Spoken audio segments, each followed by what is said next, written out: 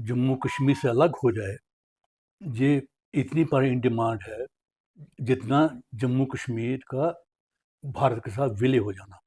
तभी ये डिमांड जो थी ये उठी। लद्दाख में भी उठी कि हमें कश्मीर के साथ रहना नहीं है। हाँ, उस समय कुछ बकोला जैसे लोग थे, और जम्मू में भी ये आवाज़ थी, इसमें बलराज मधोक जैसे लोग। उन सबका मानना था कि जो कश्मीर की पॉलिटिक्स है, जो कश्मीर की लीडरशिप है,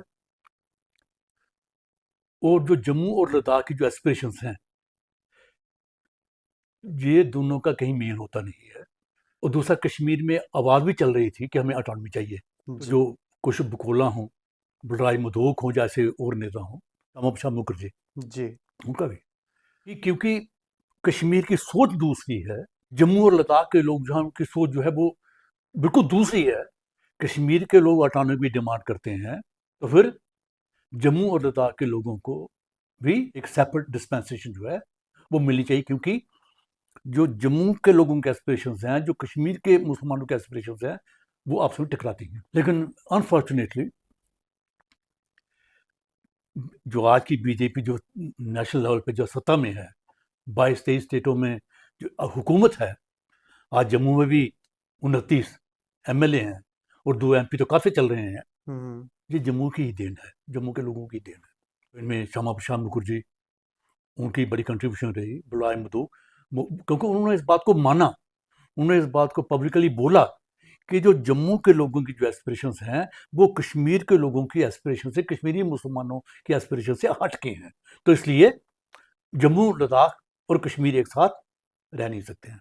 अनफॉर्चुनेटली जम्मू जीत भी जाता, लेकिन आरएसएस संघ के लोग, इनमें एक ऐसा स्कूल ऑफ थॉट था जिनका ये सोचना था, ये मानना था कि अगर जम्मू के लोगों ने, लद्दाख के बारे में इनकी अप्रोच अलग रही है, लद्दाख की डिमांड को कभी अपोज किया ही नहीं है, ना कांग्रेस ने कभी अपोज किया, ना कोई बीजेपी ने अपोज किया, ना ही कभी आरएसएस ने अपोज किया। वो यूटी मांगे, कुछ नहीं मांगे, तो उनकी डिमांड के साथ तो ये पार्टियां रही हैं। जी। लेकिन जब जम्मू की बात आती थी तो अप्रोच बदल जाती थी। उनका यह मानना था कि अगर जम्मू के लोगों ने कश्मीर से अलग होने की बात कही, या कश्मीर के खिलाफ बोला, तो कश्मीर में एलिनेशन बढ़ेगी, और रिजल्ट ये होगा कि हम कश्मीर को आने प्लेटर पाकिस्तान को दे देंगे। अगर आप बोलोगे तो कश्मीर हाथ से निकल जाएगा। तो वर्चुअली मैं ये कहूँ कि जम्मू के लोगों को दब्बू बना दिया गया, ये सफर करो आप कश्मीर के लिए। वो जो अप्रोच तब थी, मैं बड़ी मूवमेंट्स का नाम नहीं लूंगा, लेकिन आरएसएस का नाम लूंगा। 2002 में आरएसएस इनकी बैठक हुई कुरुक्षेत्र में। वहां पे बहुत बड़े एजेंडे थे।